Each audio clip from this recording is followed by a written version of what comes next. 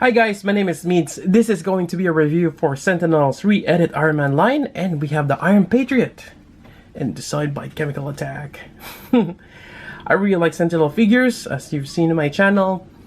One thing is for sure, they are quite expensive, and this being announced and exclusive, I was on the hunt trying to get it in a reasonable price. Unfortunately, it's really hard at that time, but BBTS or Biba Toy Store does have a couple. I'm not sure if they still have it now, and I was able to grab one of them, and I'm quite happy. Alright, so here we go. Here's the box art. Now this, for the most part, is using Extremis armor design with a few changes. Notably the core here, you got a star as opposed to the kind of like a pentagon shaped one or a diamond. And you got that made in factory sticker on the bottom and on top.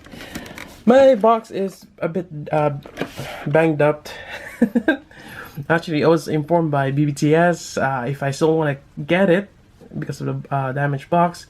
For me, I'm more concerned with the figure inside, and knowing that this is kind of hard to get, I didn't mind it. Anyways, that's it for the box art. Let's take a look inside. Here we go for a quick comparison, and for the most part, it is the same mold from head to toe. The difference is the torso, and from the obvious color scheme. And as we can see, we have the star now, supposed to pentagon shape on the torso. There is a little bit of difference here and there, but yeah, I do like the color scheme for the Iron Patriot. Looks nice.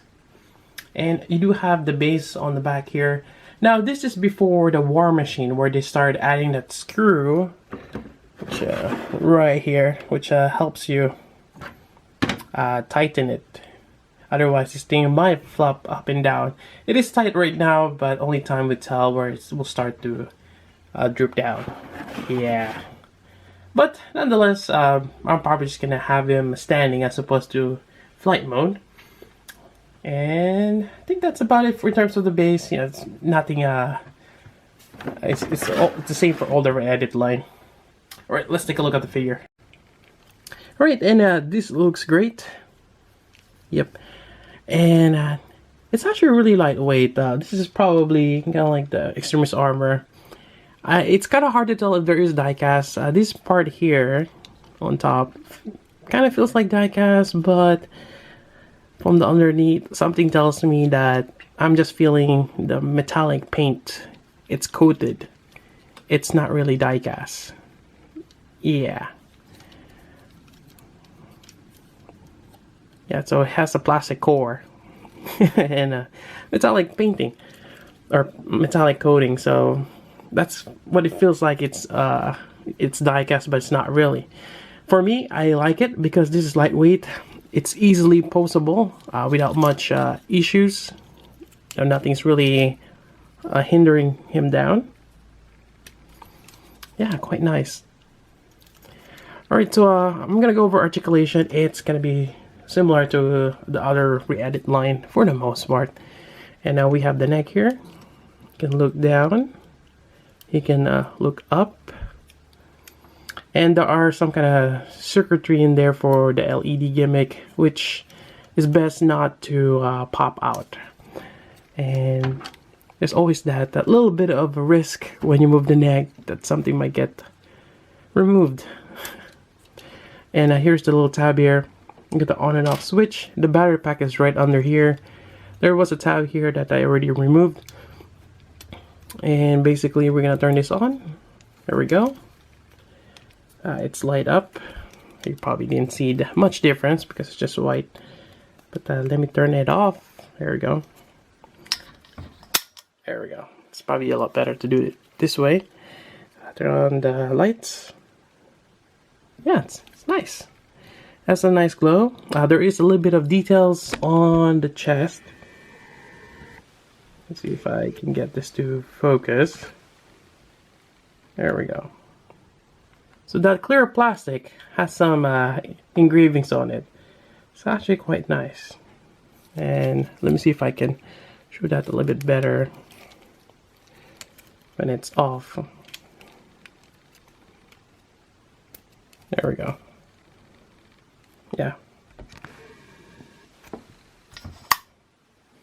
So yeah, really nice. And now moving on, we have the shoulder armor here, which I believe is in a hinge, or no, it's actually a kind of like a ball joint area, but it does allow you to slide it up.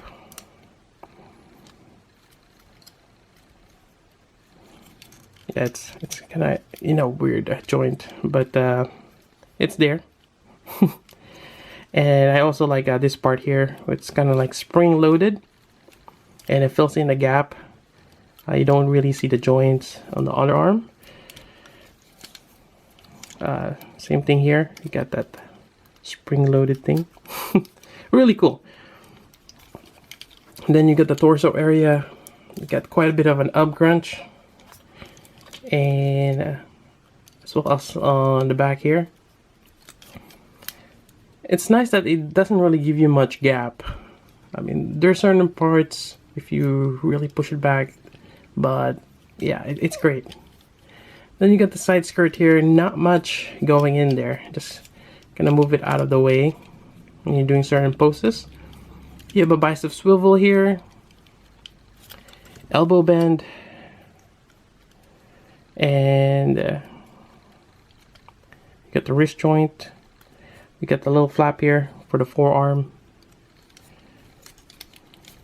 And I like that design. Rather have it on the wrist as opposed to the actual hand. And you got the thigh swivel here. Oops. Did I break something? I guess I gotta be careful when I move this up. Alright, so you got this really well, it's basically the joint. It's not painted because you're gonna be moving it a lot. I kind of wish they've chose a different color for that, but yeah, from here you don't really see it as much. Yeah, it's a little weird, but it is a big. It does not show any gaps, which is good. You know, kind of like that gap there. For the knee, a fairly good bend, goes all the way. Yeah, really good. And we have the ankle here, which you can rock, and you have your toe joint right there. Yeah, for the most part, articulation on this guy is great. Really nice. Alright, in terms of accessories and gimmicks, that's kind of one of the drawbacks of Sentinel. They don't really have effect parts. Sometimes they do, sometimes they don't. This one does not have it, unfortunately. But we do have quite a bit of pair of hands. So we have the closed fist, which is already put in there. Usually they have that first. Then you have your relaxed hands right here.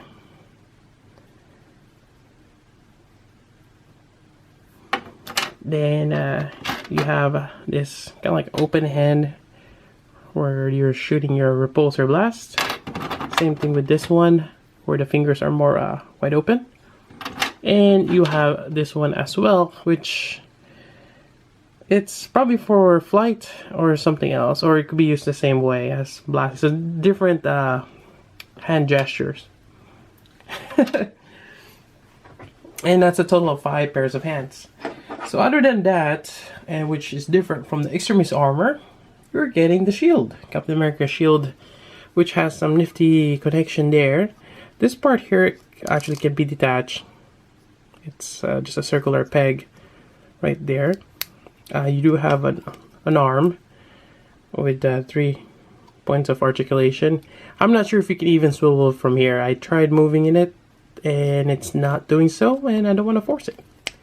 Otherwise, I'm going to push it all the way in, because where you try to push this here, it will tend to go all the way to the center of the shield. So there we go. There is some grooves here, and it's the same way as the extremis armor, so you can actually have that hold this too. Just slide this in here. Actually, you might want to find a groove there. It goes just upside down. There we go. And should lock in place. I do find this when you try to move it from here, you might tend to pop this off from that connection, so you may have to hold the arm, and it could be a little troublesome. There we go. Try to move this up. Maybe pop this off, get it where you want it, and then pop it back in. Yeah. Alright, so that's that. I see some people try to put this on the back. I am not sure how to do that. Let me see if I can figure that out. Yeah, I thought there was a way, but there is not. But you can always cheat with blue tack. So, what I did, I just stick a blue tack there, and that seems to work quite well. There we go. Yeah, if you just want to have on the back. I would probably devise some kind of magnet, but since this is not die cast, it's probably not gonna work. And definitely you can recreate a lot of cool poses with this. Really nice. I like this. Yeah, I think the only thing I'm not too fond of this, again, is the way this thing is mounted. The more you move it around that easily, that it does pop off. Yeah, I kind of wish it was held differently. Let's see here. What else I can go over? Oh, let me see if I can recreate where you can put the shield while he's holding it, as if he was tossing it. Alright then, and this is a little bit disappointing. You can see him holding it, but it's not quite right. And basically I'm using that attachment there on the wrist, and it's fully stretched. I wish it's a little bit longer. Yeah, and not to mention you're gonna have this weird angle, because that's the only way to mount this. I really wish to give it a little bit more articulation, make it a little bit longer. Yeah, it just doesn't work out for what we want it to. Other than it's gonna be always mounted this way. And even that I'll have a little bit of problems with. There we go, that's it, pretty much. But I don't give up there. Alright, so another thing you can do is blue tack. As always, blue tack is your friend for posing. And we're gonna put some there. And let's see here, actually a little bit lower here. And maybe some here on the fingers. Another trick with blue tack, or another tricky thing, is trying to hide it. We don't want it to be seen when we're doing action shots. And there's probably different colored blue tacks out there.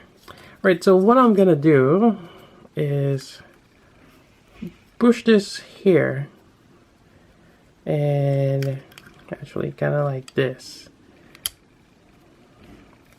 Maybe I need a little bit more blue tack there, but you kind of get the idea what I'm going for. I'm gonna go ahead and clean that up a little bit more, but he's able to hold it now, which what we wanted in the first place. There we go. Alright, let me do a little bit of cleanup and continue the review.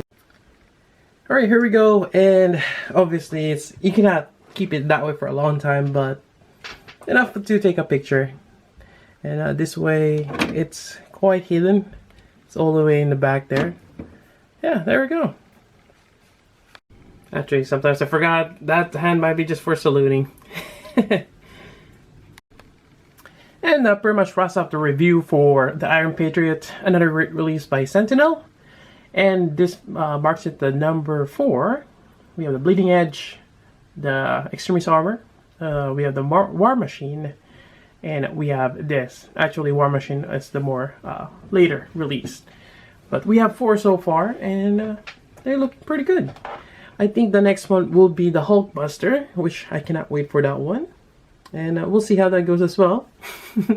And I wonder if they're gonna make a base for that too, which is gonna be interesting since it's a bigger figure, or maybe they don't have a stand for it at all. Anyways, that's about it for the review. Hope you guys like it. If you have any questions, let me know. So until then, this is Meads. Thanks for watching.